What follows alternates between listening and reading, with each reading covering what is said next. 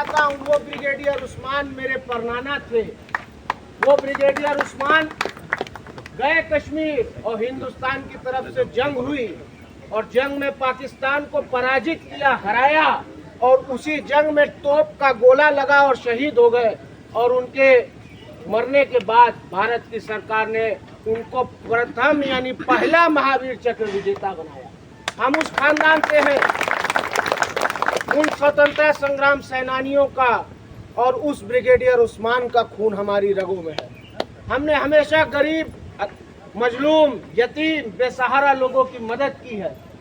हमने हमेशा उनका आंसू पोंछा है।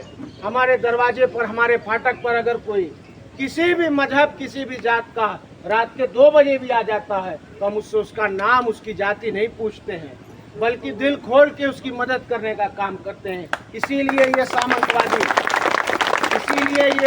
सामंतवादी और फाशिस्ट और भाजपा के लोग जो कट्टरपंथी विचारधारा रखते हैं, ये हमसे नफरत करते हैं, हमको अपने रास्ते का सबसे बड़ा पत्थर समझते हैं।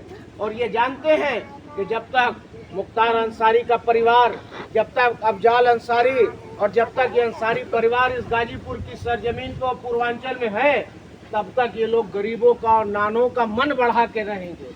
ये सामंतवादियों के आगे उनको नहीं दबने देंगे, ये उनके सामने ढाल बनकर खड़े हो जाएंगे।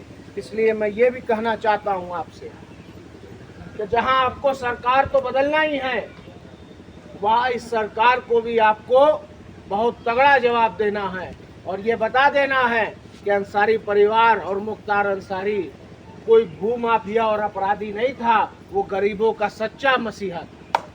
आपका एक वोट आपके प्यार और आशीर्वाद के रूप में हमें हासिल होगा। आपने इतनी देर बड़ी गर्मी में हमारा इंतजार किया, हमें सुना, और मैं भी आपसे मिलकर बड़ा भावुक हूँ। और ये मेरी 4थी पीढ़ी राजनीति में है। हम पैसा कमाए खातिर, गाड़ी लेवे खातिर राजनीति में ना आए हैं।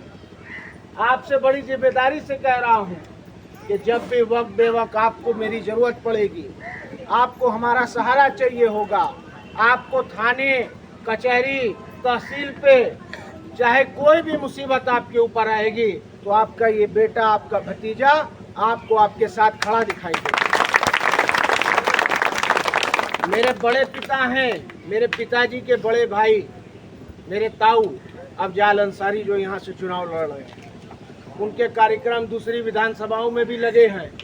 वो नहीं पहुँच चुके। उन्होंने कहा कि मेरी तरफ से बेटा तुम जाके पैगाम हमारा लोगों में दो और कहो कि सब गरीबों को एकजुट होना है। अब ये लड़ाई बिल्कुल साफ है। एक तरफ सामंतवादी और कट्टर विचारधारा रखने वाले लोग हैं और एक तरफ गरीब लामबंद होकर, एकजुट होकर वोट देने के लिए तैयार है। तो बताइए, आप लोग दोनों हाथ उठाकर इस लड़ाई में हमारे साथ हैं?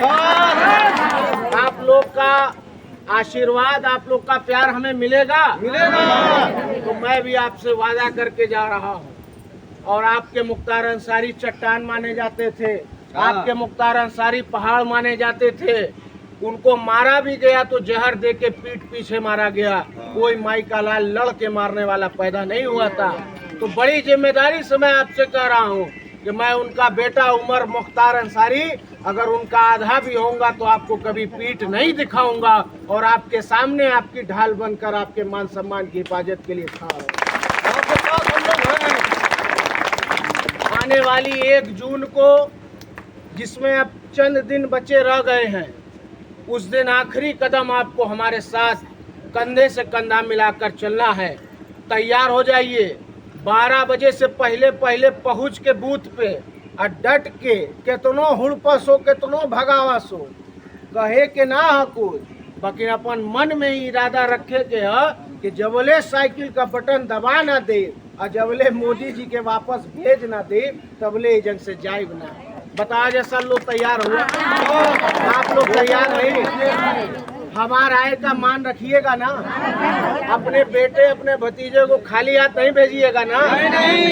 सबका आपका आशीर्वाद, आपका प्यार मिलेगा तो ये सरकार बदलेगी। और मैं आपसे ये कहना चाहता हूँ कि अगर खिलाफ हैं, होने दो। जान थोड़ी है, ये सब धुआं है, कोई आसमान थोड़ी है। और जो आज साहिबे मसनद हैं कल नहीं होंगे। मोदी जी की बात कर रहा हूँ। जो आज साहिबे मसनद है कल नहीं होंगे। किराएदार है, जाती मकान थोड़ी है। और सभी का खून, हिंदू मुसलमान सिख ईसाई, सभी का खून है शामिल यहाँ की मिट्टी में। किसी के बाप का हिंदुस्तान थोड़ी है। सबको बहुत बहुत धन्यवाद। जय हिंद, जय भारत। खुदा बहुत बहुत सौंप दी। उसने सिर्फ अपने पूंजीपतियों, उसने सिर्फ अपने दोस्तों की सहायता की। उसने अपने पूंजीपति भाइयों का 16,000 करोड़ रुपया माफ कर दिया। हमारा आपका अगर 1,000 रुपये का बिजली का बिल बकाया हो जाए तो लाइन काट दिए। सही कह रहा हूँ, गलत? सही।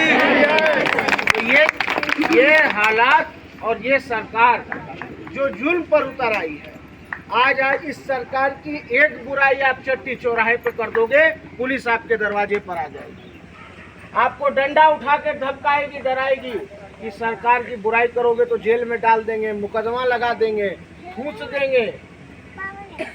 यहाँ तक कि हत्या तक करने की बात करी जाती है। और बड़े फख्र से उसको कहते हैं हमारे यहाँ के हुक्मरान कि हमने तो ठोक देने की राजनीति की है। के तो के ठोक देवे खातिर वोट दिलस हो, के तो के बुलडोजर चलावे खातिर वोट दिलस। यहाँ गाजीपुर की जनता हर जुल्म और अत्याचार के लिए लड़ी है। जब ये देश आज़ाद नहीं हुआ था, हमारा इतिहास बड़ा पुराना है। मेरे परदादा थे डॉक्टर मुख्तार अहमद अंसारी, जो महात्मा गांधी जी के साथ भारत लौटे। और पहला कांग्रेस पार्टी का कोई दफ्तर नहीं हुआ करता था, तब अंग्रेजों से लड़ाई थी, देश अभी गुलाम था। गांधी जी ने कहा कि डॉक्टर अंसारी, हमारे पास कांग्रेस पार्टी के लिए कार्यालय नहीं है।